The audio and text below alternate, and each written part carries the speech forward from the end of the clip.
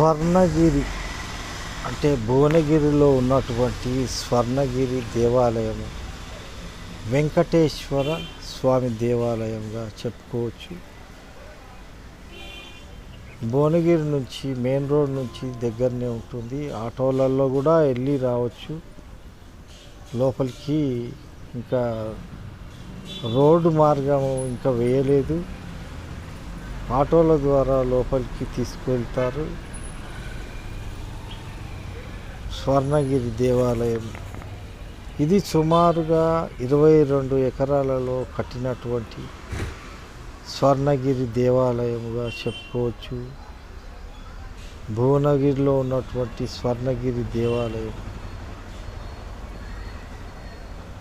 మన తెలంగాణలో అతిపెద్ద వెంకటేశ్వర స్వామి దేవాలయంగా చెప్పుకోబడుతున్నటువంటి స్వర్ణగిరి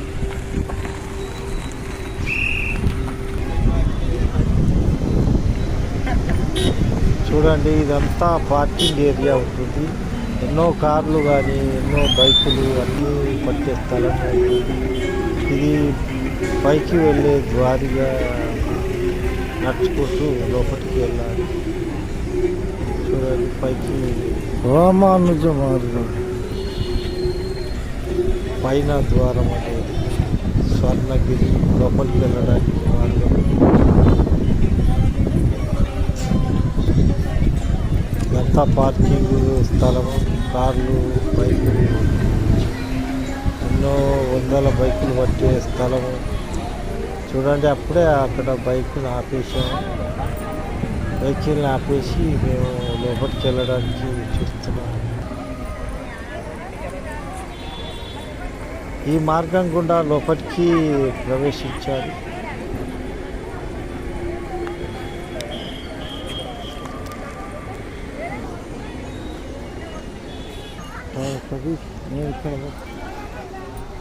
కాలినడకన పైకి వెళ్ళాలి. చూడు, భక్తుల కోలాహలం చూడండి ఏ విధంగా ఉందో. పైకి ఎంట్రన్స్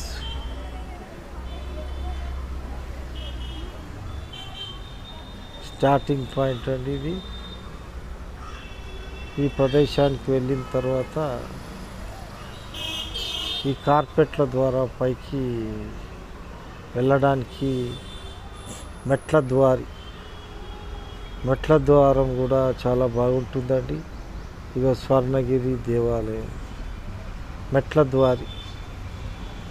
ద్వారి గుండా పైకి ఈ ద్వారం గుండా కింది నుంచి చాలా మెట్లు ఉంటాయి. అలా నడుచుకుంటూ పైకి వెళ్ళడానికి దారిగా చాలా చల్లటి వాతావరణంలో కట్టినటువంటి స్వర్ణగిరి దేవాలయంగా చెప్పుకోవచ్చు. భువనగిరిలోని అతిపెద్ద దేవాలయంగా చెప్పుకోవచ్చు స్వర్ణగిరి దేవాలయం. చూడండి,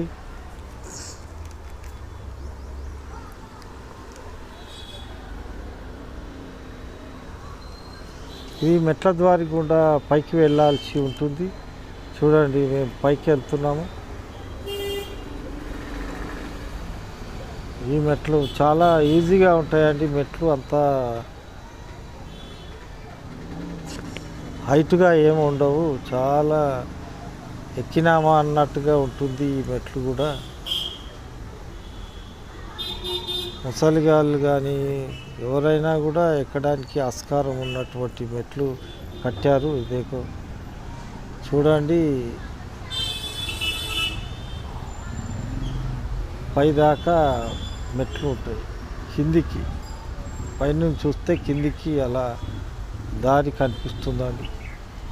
పార్కింగ్ ఏరియా ఇదేకో పైకి వచ్చామండి. చూడండి, ఇక్కడ గర్భగుడి ఇక్కడ పైన ఉంటుంది. గర్భగుడి పైన లోపలికి ప్రవేశించడానికి మీ సెల్ ఫోన్లు అన్నీ డిపాజిట్ చేయాలి. ఒక సెల్ ఫోన్కు 5 రూపాయలు తీసుకుంటారు. అట్లా మీరు 2 ఫోన్లు ఉంటే 10 రూపాయలు తీసుకొని టోకెన్ ఇస్తారు. తర్వాత మీరు లోపలికి వెళ్ళొచ్చిన తర్వాత తీసుకుంటారు. సెల్ ఫోన్లు కూడా డిపాజిట్ చేయవచ్చు. లోపలికి అలౌడ్ లేదండి. ఇది గుడి చుట్టుముట్టుగా ప్రాంతమైనటువంటి లోపలికి సెల్ ఫోన్ అలౌడ్ లేదు.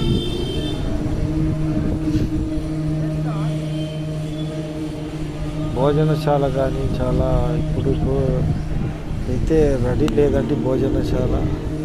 ఇంకా ముందుకు పెట్టే అవకాశం ఉంది. ఇప్పుడైతే భోజనాలు లేవు.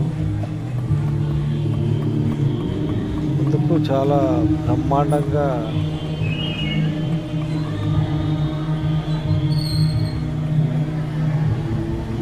జనాలు చాలా తండోపతండాలుగా వస్తున్నటువంటి జన సమూహాన్ని చూడండి. ఏ రోజైనా కూడా అన్ని రోజులు చూసుకునే అవకాశంగా అటువంటి ప్రదేశంలో కట్టారు.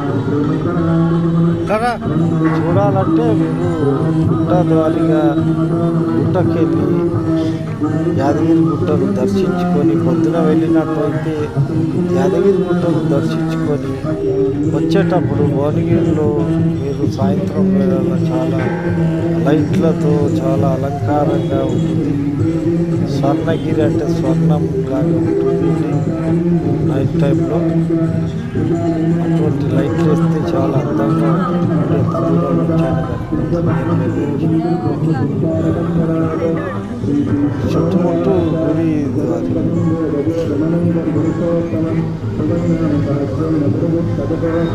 తర్వాత మాట్లాడితే చాలా పెద్దగా ఉంటుంది.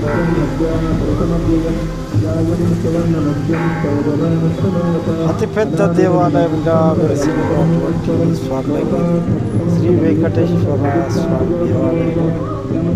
శ్రీ మానేపల్లి మురళీకృష్ణ ఆలయ నిర్మాత మానేపల్లి బ్రదర్స్ నిర్మించినటువంటి స్వర్ణగిరి దేవాలయం పేరు పెట్టారు.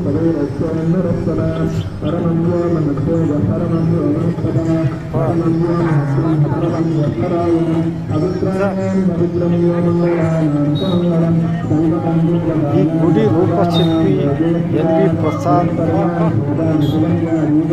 స్థపతి ఎన్వి ప్రసాద్ గారు చాలా చక్కగా తీర్చిదిద్దారు. ప్రసాద్ గారు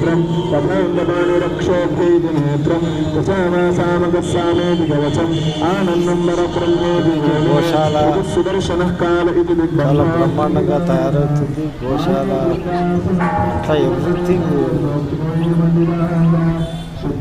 పార్కులు కానీ ఇటువంటి చాలా బ్రహ్మాండంగా తయారవుతున్నటువంటి స్థలం స్వర్ణగిరి దేవాలయం. ఇది సుమారుగా 22 ఎకరాలలో కట్టినటువంటి దేవాలయంగా చెప్పుకోవచ్చు. మానేపల్లి వారు 22 ఎకరాలను గుడి స్థలానికి కేటాయించి ఎన్వి ప్రసాద్ రూపశిల్పి ద్వారా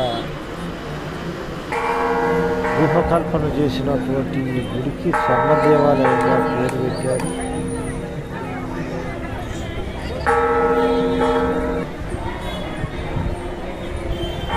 కార్యసిద్ధి హనుమాన్ పెద్దగా ఉంటుందండి. కార్యసిద్ధి హనుమాన్ చూడండి. హనుమంతుడు బాల హనుమాన్ రూపంలో ఉంటాడు. కార్యసిద్ధి హనుమాన్ పెద్దగా కానీ కళ్యాణ మంటపాలు కానీ ప్రసాదాలు కానీ ఎటువంటివైనా కూడా ఇక్కడ అన్నీ పెట్టారు.